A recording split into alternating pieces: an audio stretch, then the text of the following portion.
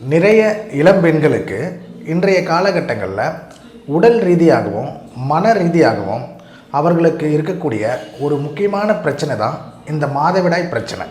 இந்த மாதவிடாய் பிரச்சனை என்பது இன்றைய காலகட்டங்களில் நிறைய பெண்களுக்கு ஒரு மிகப்பெரிய ஒரு முக்கியமான பிரச்சனையாக இருக்கக்கூடியது.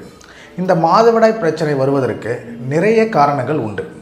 அதிலும் இன்றைய காலகட்டங்களில் பெண்களுக்கு இந்த மாதவிடாய் தடைபடுவதற்கு நீர்க்கட்டி என்பது ஒரு முக்கிய காரணமாக இருக்கக்கூடியது. இந்த நீர்க்கட்டி என்ற ஒரு பிரச்சனை இருக்கும்போது பெண்களுடைய மாதவிடாய் என்பது சரிவர இல்லாமல் 2 மாதத்துக்கு ஒரு முறையும் 3 மாதத்திற்கு ஒரு முறையும் மாதவிடாய் வரக்கூடிய நிறைய பெண்கள் நம்மளுடைய சிகிச்சை முறைக்கு வரவங்களை நம்ம பார்க்குறோம். அந்த மாதிரியான உள்ள பெண்களுக்கு இந்த மன அழுத்தம் என்பது அதிகமாக இருக்கக்கூடியது. பொதுவாக இந்த நீர்க்கட்டி என்பது என்ன, எதனால் இந்த நீர்க்கட்டி உருவாகக்கூடியது என்பதை பார்க்கலாம். பெண்களை பொறுத்த வரைக்கும் மாதவிடாய் சுழற்சியை உருவாக்கக்கூடிய கருமுட்டைகள் மாதவிடாய் சுழற்சியை உருவாக்கும் போது கருக்குழாயிலையும் கர்ப்பப்பையிலையும் கருமுட்டைகள் தேங்கி நிற்கக்கூடிய சில கருமுட்டைகள் நாளடைவில் அந்த முட்டைகள் கட்டிகளாக உருவாகக்கூடியதை நாம் நீர்க்கட்டி என்று சொல்லக்கூடியது. இந்த நீர்க்கட்டிகள் தான் பெண்களுடைய மாதவிடாய் சுழற்சியை தடைபடுவதற்கு ஒரு முக்கியமான காரணமாக இருக்கக்கூடியது. இன்றைக்கி இருக்கக்கூடிய காலகட்டங்களில் இந்த நீர்க்கட்டி என்ற ஒரு பிரச்சனைக்கு அலோபதி மருத்துவத்திலையும் சரி மற்ற மருத்துவத்திலையும் சரி நிறைய மருந்து மாத்திரைகளை எடுத்தும் பயனில்லாத பெண்கள் நிறைய பேரை நம்ம பார்க்குறோம்.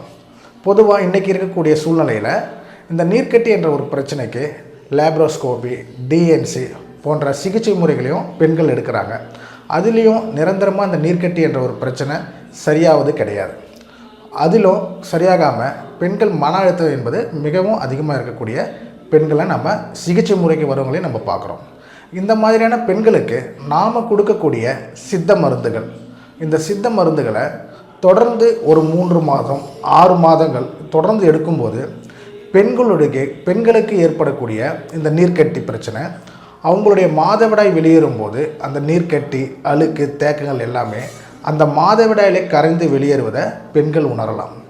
பொதுவாக அதிலும் நாம் கொடுக்கக்கூடிய இந்த சித்த மருந்துகளில் மலவேம்பாதி தைலத்தை பெண்கள் தொடர்ந்து எடுக்கும்போது காலையில் 1 டம்ளர் நீராகார தண்ணியில் ஒரு 2 டீஸ்பூன் அளவு மலவேம்பாதி தைலத்தை தொடர்ந்து எடுக்கும்போது பெண்களுடைய நீர்க்கட்டிகள் எல்லாமே அவங்களுடைய மாதவிடாயிலே வெளியேறுவதை பெண்கள் உணரலாம்.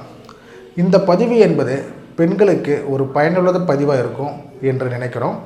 மீண்டும் இன்னொரு பதிவில் சந்திக்கலாம். நன்றி, வணக்கம்.